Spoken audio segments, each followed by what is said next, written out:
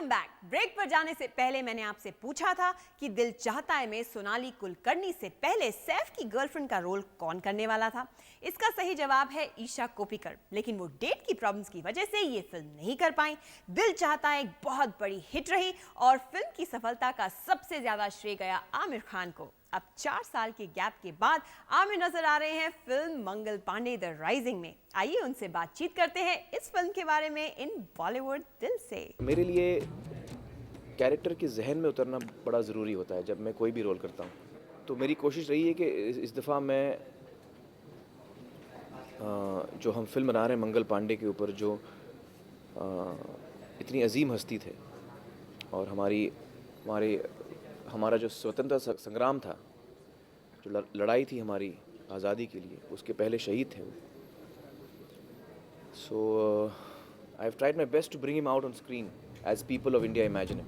मंगल मंगल जो title song है, मेरे हिसाब से it's the song of the decade. I think it's the real masterpiece जो रहमान और जावेद साहब ने बनाया है ये गाना, and it fully holds the spirit of Mangal Pandey. ये गाना 3 दफ़ा आता है। पहली दफ़ा एक प्रभाती के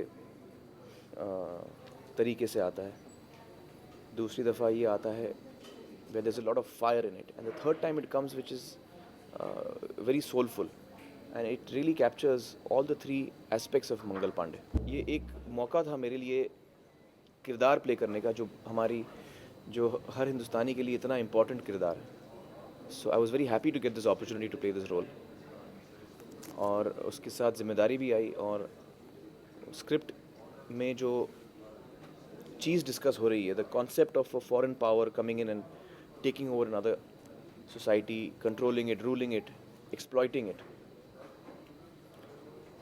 तो ये जो नाजायज़ चीज़ उस वक्त कंपनी ने की, आज अमेरिका कर रहा है अलग अलग देशों में घुसकर।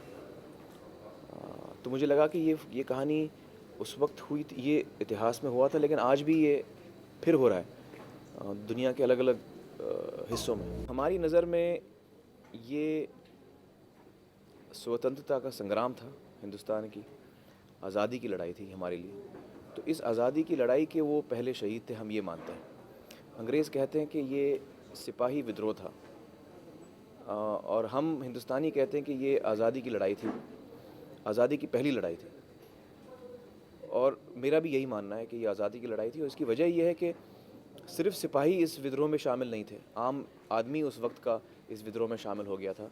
उस वक्त ये राजा, महाराजा, रानी ऑफ झांसी, बहादुर शाह ज़फ़र, टाटिया टोपे, अज़ीमुल्लाह, नाना साहब, ये सारे लोग शामिल हुए थे इस लड़ाई में।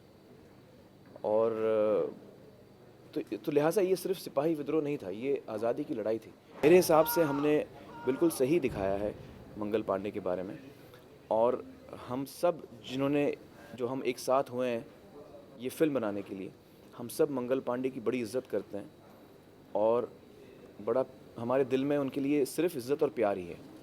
और यकीनन जिस गांव से मंगल पांडे आए हैं, जिस एरिया से मंगल पांडे आए हैं, उन लोगों के लिए भी हमारे दिल में सिर्फ प्यार और इज़्ज़त ही है।